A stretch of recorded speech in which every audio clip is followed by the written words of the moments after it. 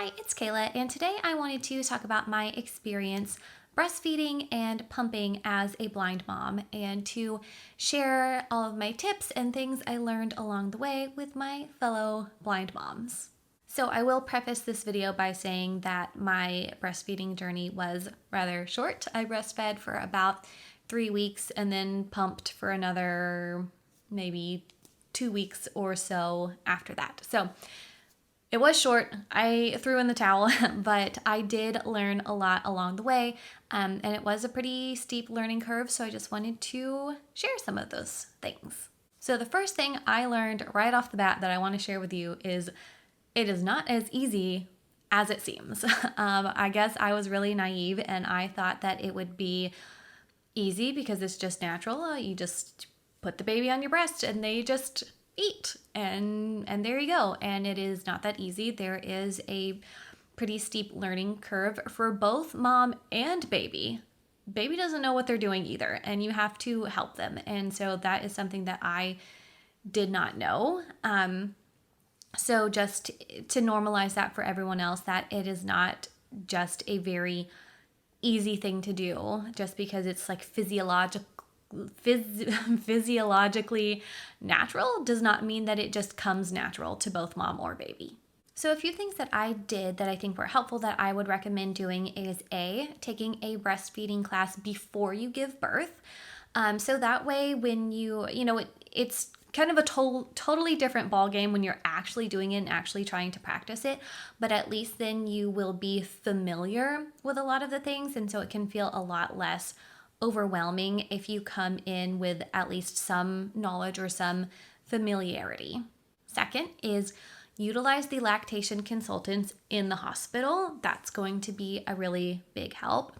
And third is to work with a lactation consultant. So I used a company called the Lactation Network, and they verify your insurance benefits and they pair you with a lactation consultant in your area, and they can actually come to you. They come to your house, which is amazing for a new mom and especially a blind mom who can't drive. They come to your house, so that is really super convenient. I would recommend don't wait. If you're having issues, do not wait. I signed up to have a lactation consultant come like as soon as I got home from the hospital.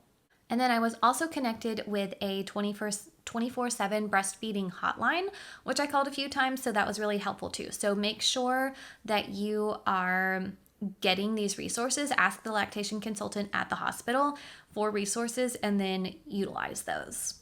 Okay, so now I'm going to share a little bit about my experience with breastfeeding and why I needed a lactation consultant and why I ultimately ended up giving it up, and then I'll get into some more, tips and things that I tried along the way. So there were a few different things that were going on. A is that due to the anatomy of my baby's mouth, she has a high arch palate.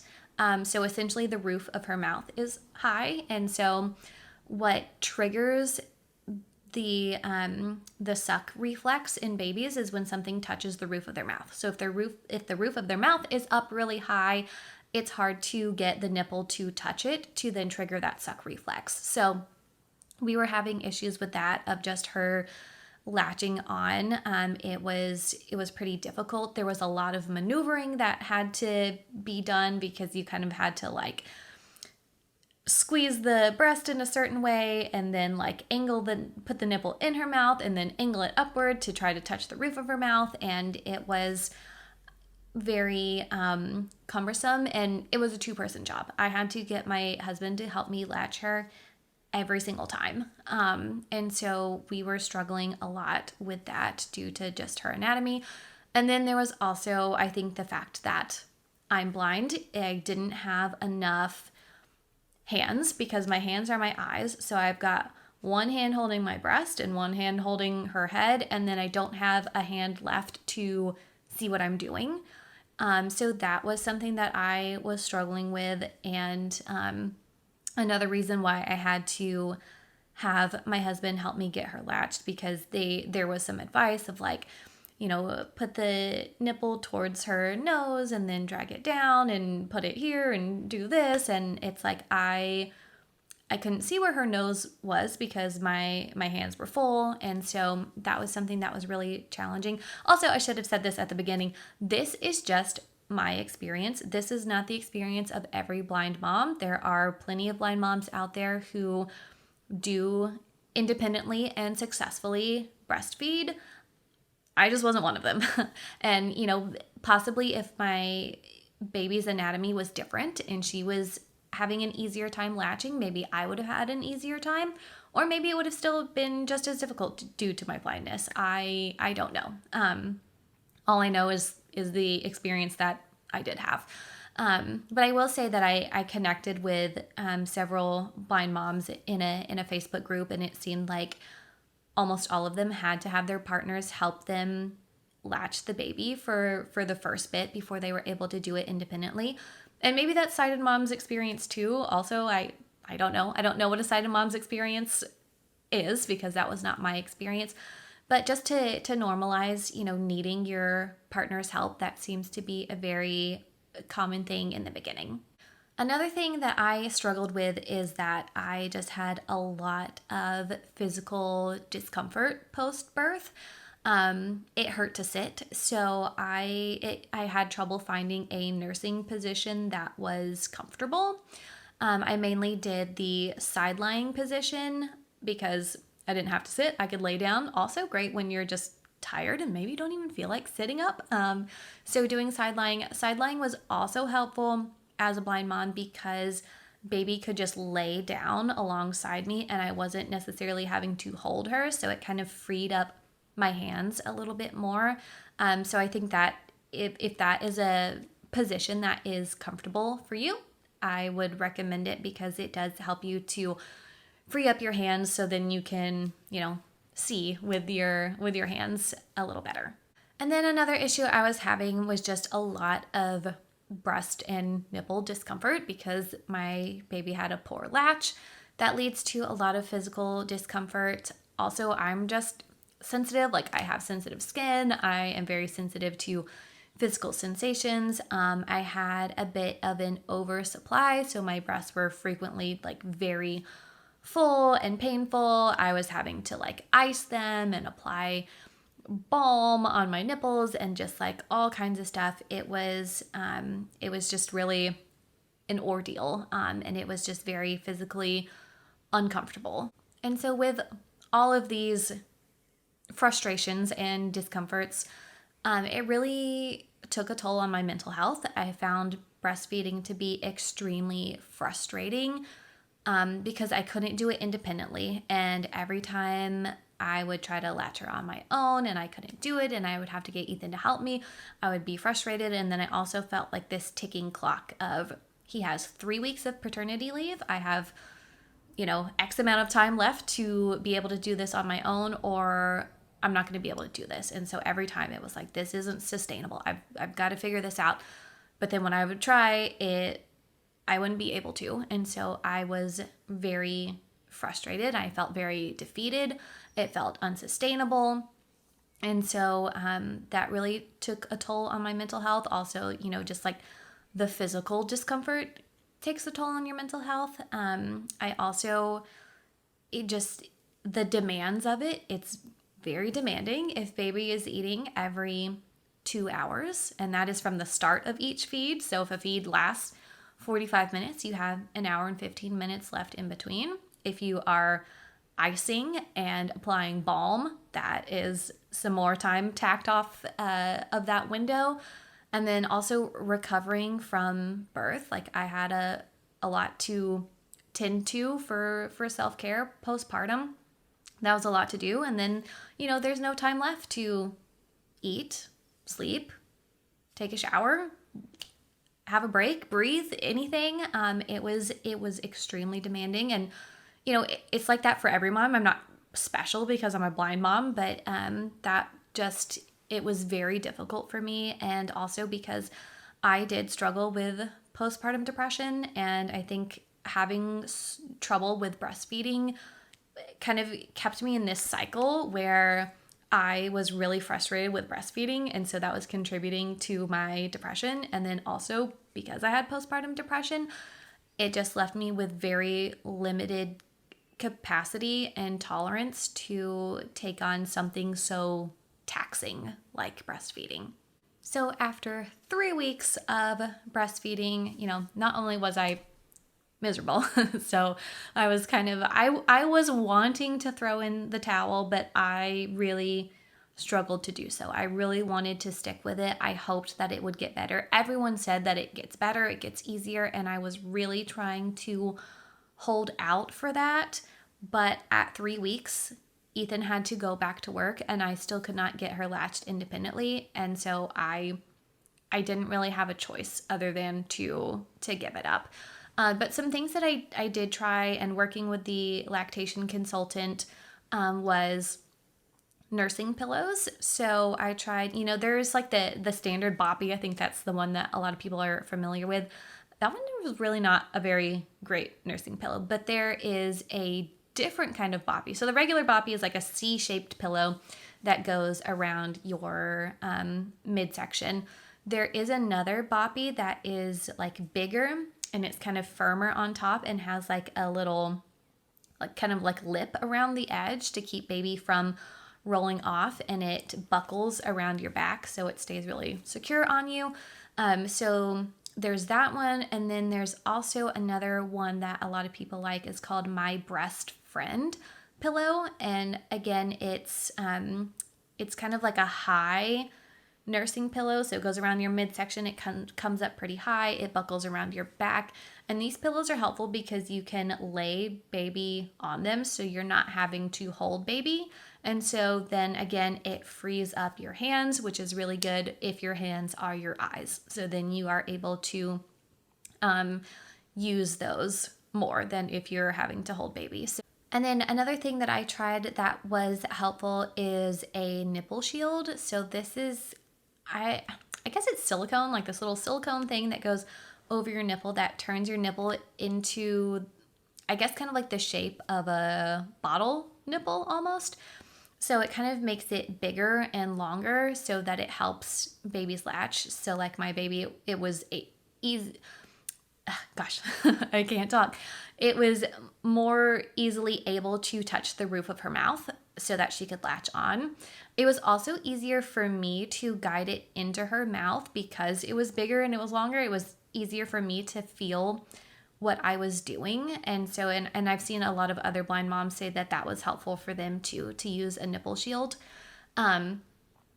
It did help with the latch, but then we kind of got another problem, which is my baby she is a flailer. She flails her limbs all day, every day, and so she would flail her arms and knock it off. And so then, I mentioned before, I just like didn't have enough hands to do everything. Well, now it was easier for me to get her latched, but I still needed an extra hand to hold down her arms so that she didn't knock the nipple shield off. I even tried swaddling her so that her arms couldn't knock it off, but that didn't really work very well either. So I do feel like I exhausted all of my options before I gave it up. Like I worked with the lactation consultant. I tried all of her suggestions. She kind of ran out of suggestions and we were just at a crossroads. So I had to give it up. So then I turned to pumping. And I would say that pumping in a way was slightly easier mentally because there was a little bit more of a flexible schedule. It wasn't like, okay, baby just ate, she's gonna, in an hour and a half later, she's gonna need to eat again, so I have an hour and a half to do this, this, and this, and this. I had a little bit more of a flexible schedule, but also, and I will say I could do it independently. I was able to pump independently, which did take a lot of the mental load off. But my issues were I was still experiencing that physical discomfort. And also, there still is a mental toll because what is that baby doing while you're pumping and you can't hold the baby? they're crying. At least mine was. And so that was hard to be able, I had to, set up the pump and then clean the pump parts. And all the while I'm not able to hold her.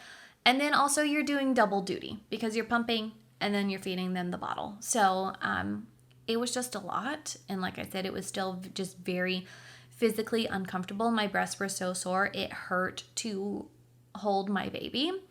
And that just wasn't okay with me. Like, it didn't feel the time it was taking away from her, the toll it was taking on my mental health, the physical discomfort that was affecting her because I wasn't holding her as much as I wanted and probably as much as she wanted because it hurt. Like, it just wasn't worth it. But while I was pumping, to share some of the things that I found helpful, finding a pump with tactile buttons. So I used the Spectra pump. I think the Spectra and the Medela pumps are both kind of, I think, two of the most common pumps that are out there. And they both have tactile buttons and they're pretty simple. Well, I can't speak. I didn't use the Medela. I've heard it's simple and it has tactile buttons. But the Spectra had tactile buttons and it was pretty much just on, off, suction, up, down, speed, up, down, and that's it. It does have a screen, so I couldn't see, like, when I would turn up the suction or turn up the speed, I didn't know exactly what number it was because I couldn't read the display, but it wasn't really that big of a deal. It was still pretty easy to use. Oh, and a tip, because I did not know this, is that you are going to want a pumping bra. I thought that when you put the pump parts on, that the suction just like suctions it to your breast and it just stays there. It does not. You have to hold them. You have to hold the pump parts on your breast the whole time that you're pumping, unless you have a pumping bra. So get a pumping bra so you can have your hands free, because no one wants to just hold pump parts on their body for like 20 minutes at a time. Now, speaking of pump parts, something that I did have difficulty with in the beginning when I was kind of learning the pump was getting my nipples centered in the phalange. So if you've never used a pump before, the pump part has this, I'd say it's kind of like a cone shape or like a funnel shape that goes on your breast, and then it's attached to the thing that connects to the pump tubing. So what I was doing is I would like put my finger on my nipple and then try to like put the phalange over it and then like move my finger really quick and then put it on my breast. That is not a very accurate way to do it. I would often get my nipples uncentered. And that is bad, A, because it's going to be painful if you're not centered, and B, if you're really out of center, you're not going to get any milk out. And there is nothing worse than sitting there pumping for 20 minutes to find that you didn't even pump anything out because your nipple wasn't centered. So the Medela pump, and there may be some others, but I know the Medela for sure, this kind of cone funnel part that goes on your breast comes apart from the part that connects to the tubing. So what you can do then is put the little cone on your breast, and you can stick your finger through like the tip of the funnel and feel your nipple on the other side to make sure that it's centered. So I got this, actually is an off-brand Medela part. I don't even know what brand it is, but it's similar. But I got it connects to my Spectra pump. So I didn't have to get a new pump or anything. You can use the Spectra pump with Medela parts or with other off-brand parts. But I think this was really helpful to have, I believe it's called an open system. A closed system is where the phalange is just connected to the part that connects to the tubing. An open system is where it comes apart. So look for that because that is really helpful. Another thing that was difficult about pumping is that I couldn't tell how much I pumped. I couldn't tell when the milk started to flow. I couldn't tell when it stopped flowing, so I didn't really know when I was done. So I had to kind of gauge it by timing, and also just hope that I got it right, and hope that everything was centered and the milk was flowing. I couldn't, some people are able to feel like physically when it starts flowing. I could not. So what I started using instead of, so usually bottles will attach to the pump and you pump into bottles. I got bags to pump into. It's called the Kind feeding system. That's KIIND, I think.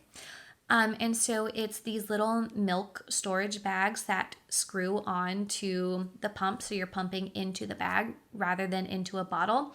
So I was able to feel how much I was pumping because I could just feel those little bags and feel how much milk was in them and how much they were filling up. So that really helped me to kind of gauge, to make sure milk was flowing because I could feel the bag to make sure that there was milk in there. And then also I could feel it as the level rose. So I kind of had an idea of when I was done. They're also really easy because you take them off the pump and you just screw a little lid right on top of it. So you don't have to transfer milk from the bottles to the storage bags. You just screw on the top, put it right into the fridge or the freezer. They also have a system that you can put those bags like in this kind of bottle thing and put a nipple right onto the bag. So again, you are not having to do any transferring. I didn't use that because I knew that I was essentially pumping to wean. I didn't really plan on continuing to pump. There was I think 2 days I said, I'm just going to exclusively pump. And then after that, I said, no, I don't want to do this. So I was pumping just to wean. But if I did plan on doing that long term, I definitely would have gotten those bottles to use that whole feeding system because it sounds very convenient.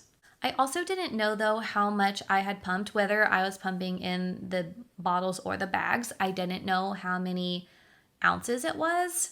A lot of people recommended using a talking kitchen scale for that.